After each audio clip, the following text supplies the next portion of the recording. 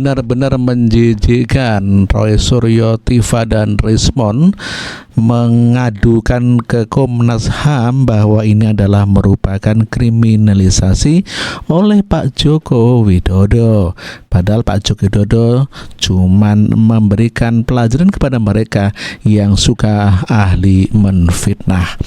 Dan inilah kabarnya. Apa yang terutama saya sampaikan ya, dalam pendapat saya di YouTube ya, di media sosial maupun di televisi, bahwa itu murni dari kajian ilmiah, ada tendensi kebencian, bias persepsi atau bias-bias lainnya.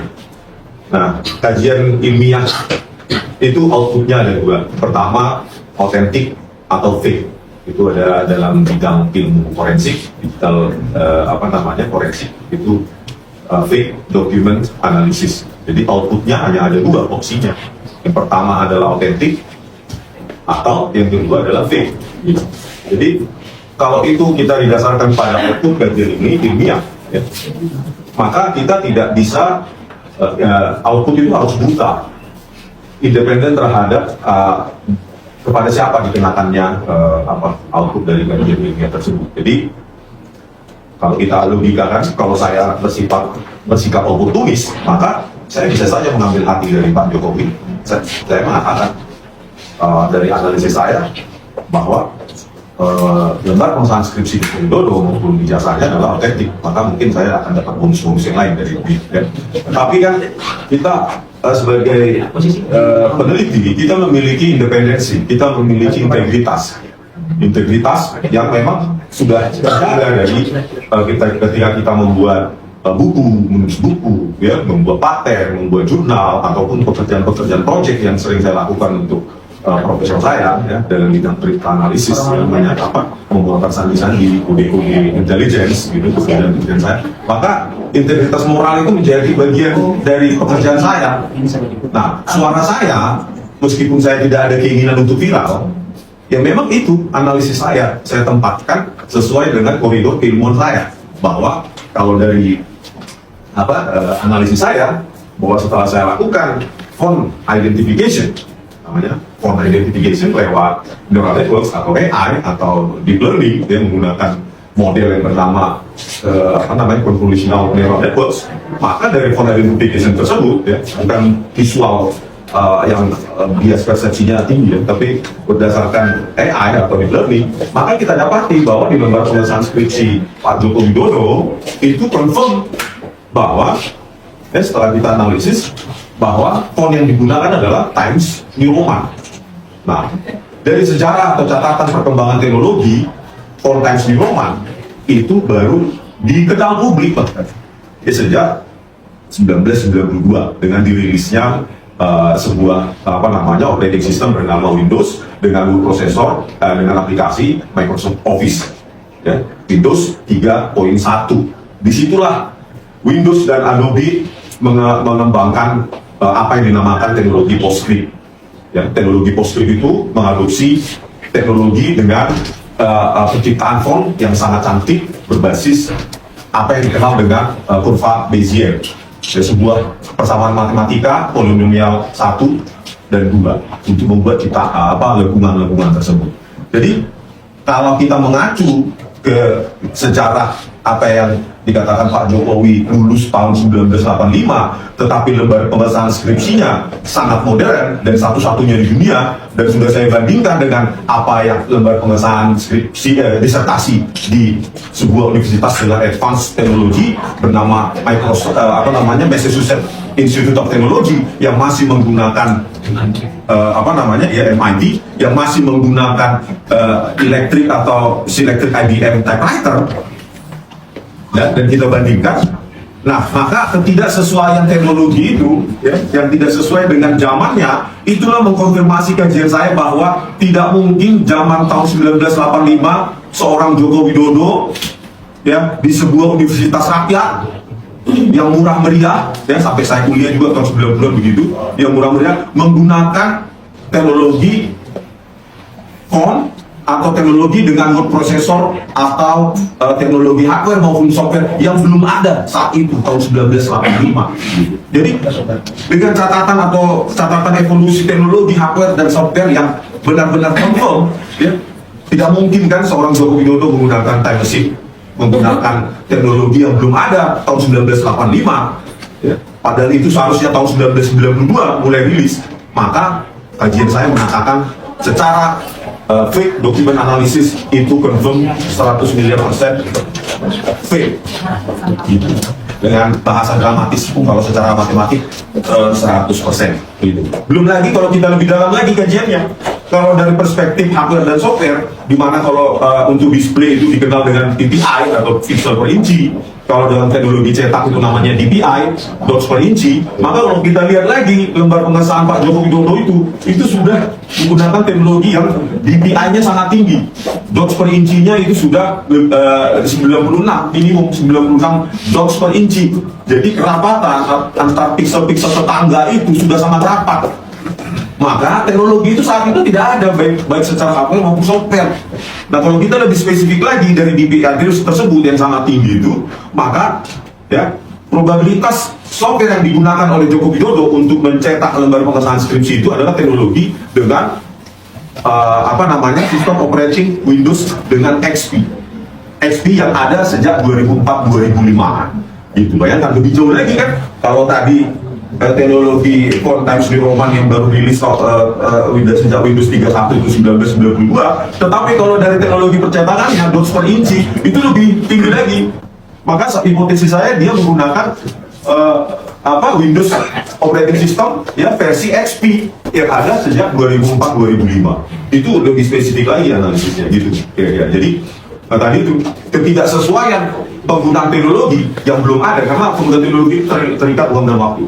Ketidaksesuaian penggunaan teknologi yang ada tahun 1985 ya membuat kesimpulan kajian saya bahwa lembar pengesahan skripsi itu direproduksi dengan tahun yang jauh melampaui tahun 1985. Maka kesimpulan saya menyatakan bahwa jika lembar pengesahan skripsi itu direproduksi dan palsu, maka tidak mungkin ada ijazah asli. Maka ijazahnya ya pasti palsu. Undang-undang tersebut, padahal undang-undang dibuat untuk menjamin akses terhadap informasi publik dan ijazah dari pejabat, kelulusan dari seseorang adalah domain publik. Apalagi ijazah itu digunakan untuk mendapatkan jabatan, untuk mendapatkan kekuasaan. Itu jelas merupakan public domain, sehingga ketika publik mempertanyakan otentitas, maka kami punya hak untuk mendapatkan jawaban. Dan kami para akademisi tergerak hati kami dengan kemampuan akademisi kami untuk mendapatkan jawaban, agar rakyat merasa lega, agar demokrasi bisa ditegakkan.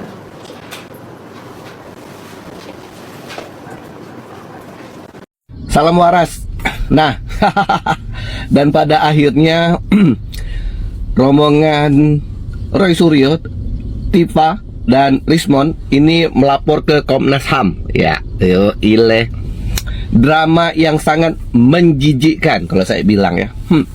Jadi mereka ini melapor ke Komnas HAM bahwa mereka itu dikriminalisasi, dikriminalisasi ya. Kemudian bahwa mereka itu dikriminalisasi oleh Pak Jokowi, dilaporkan oleh Pak Jokowi, kebebasan mereka itu dirampas untuk melakukan ekspresi. Jejak digital itu tidak akan hilang. Jadi masyarakat itu sudah sangat tahu bahwa dari berapa tahun yang lewat Anda menggembor-gemborkan bahwa ijazah Pak Jokowi itu palsu dengan narasi-narasi yang sangat provokatif. Gantung Jokowi, seret Jokowi, dan sebagainya. Sekarang Anda main fine fiktif mengatakan bahwa Anda dikriminalisasi. Anda sehat. Saya kira Anda pasti sakit ya, sakit jiwa. Nah, Anda mencari dukungan ke sana ke sini untuk menyatakan bahwa Anda itu dikriminalisasi. Jadi Anda meminta dukungan dari Prabowo, nggak digubris, Sultan Hamengkubuwono juga nggak digubris, sekarang ke Komnas HAM ya, menyatakan Anda itu kelompok-kelompok Anda itu hanya didukung oleh Habib Rizik dan kelompok Reuni 212. Mana nih kelompok Reuni 212 yang mempunyai agenda pemecah belah bangsa Indonesia, ya, kelompok 212 Reuni 212 yang telah menjatuhkan Ahok. Nah, kalau Ahok itu jatuh, itu karena dulu itu media sosial ini belum begitu banyak di masyarakat. Jadi gembar-gembor kesalahan-kesalahan yang Anda fitnahkan kepada Ahok itu tidak terungkap dengan jelas, karena masyarakat untuk mengakses itu hanya melalui media televisi, kemudian yang lainnya dari bisik-bisik. Kalau sekarang kan media sosial, platform-platform manapun menayangkan apa yang dikerjakan oleh pemecah belah bangsa ini. Jadi masyarakat itu sudah sangat cerdas sekali, sudah bisa melihat tingkah laku Anda, bagaimana provokasi Anda itu. Jadi kalau saya bilang itu sangat jijik sekali dengan drama yang Anda lakukan. Ingat nggak dulu si Rismon itu dengan pastinya menyatakan 1000% bahwa ijazah Jokowi palsu. Kemudian si Riza Fadilah, ganteng Jokowi. Kalau Tifa atas nama dengan menjual agamisnya itu mengatakan memfitnah Jokowi. Sekarang Anda merasa dizolimi. Hey, masyarakat tidak tidur. Masyarakat itu sudah pinter. Yang hanya mendukung Anda itu lansia-lansia, aki-aki ya. Aki-aki yang Anda janjikan untuk masuk surga. Kalau anak muda, orang waras, no. Hasutan Anda tidak berhasil. Jadi selamat menikmati kegundahan di hati Anda. Roy Suryo, Tifa, Rismon, Egy Sujana, dan Egy Nurjana dan si Kurnia ya. Silahkan Fadila ya, Rizal Fadila, kemudian Abraham Samad mungkin nantinya, kemudian siapa itu Michelle Sinaga. Nah, akan menikmati kegentaran, kecemasan dalam hati Anda yang akan menerima hukuman baik moral maupun hukum pidana yang akan Anda dapatkan. Jadi buat netizen, jadilah netizen yang cerdas. Kita perlu belajar sedikit ilmu hukum agar kita tidak dipermainkan di negara yang demokrasi. Tapi nih hukumnya kayak orang-orang dia yang memfitnah, dia yang merasa dianiaya, terus ngelapor Komnas HAM.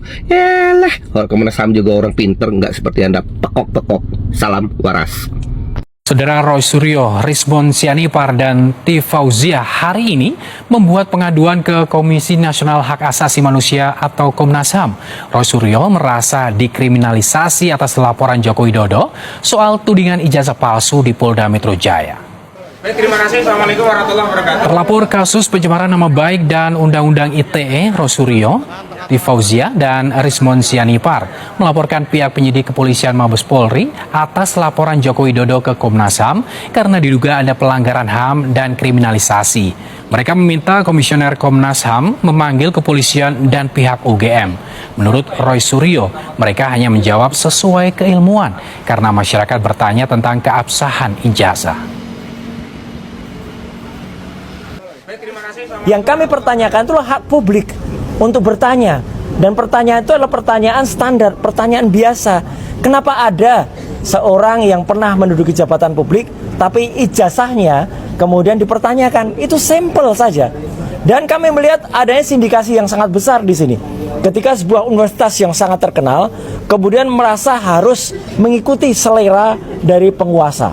Jadi itu yang kami laporkan kepada Komnas HAM, dan insya Allah Komnas HAM bisa kemudian, tadi yang saya dengar Pak Lulu dan Mbak Grace juga berkomunikasi dengan salah satu komisionernya Pak Ulil, dan moga-moga kami nanti bisa melihat perkembangan dan guna dari Komnas HAM ini, dan bahkan kami tidak hanya berhenti di sini karena kami akan menyampaikan ini ke level yang lebih tinggi lagi, yaitu di level internasional.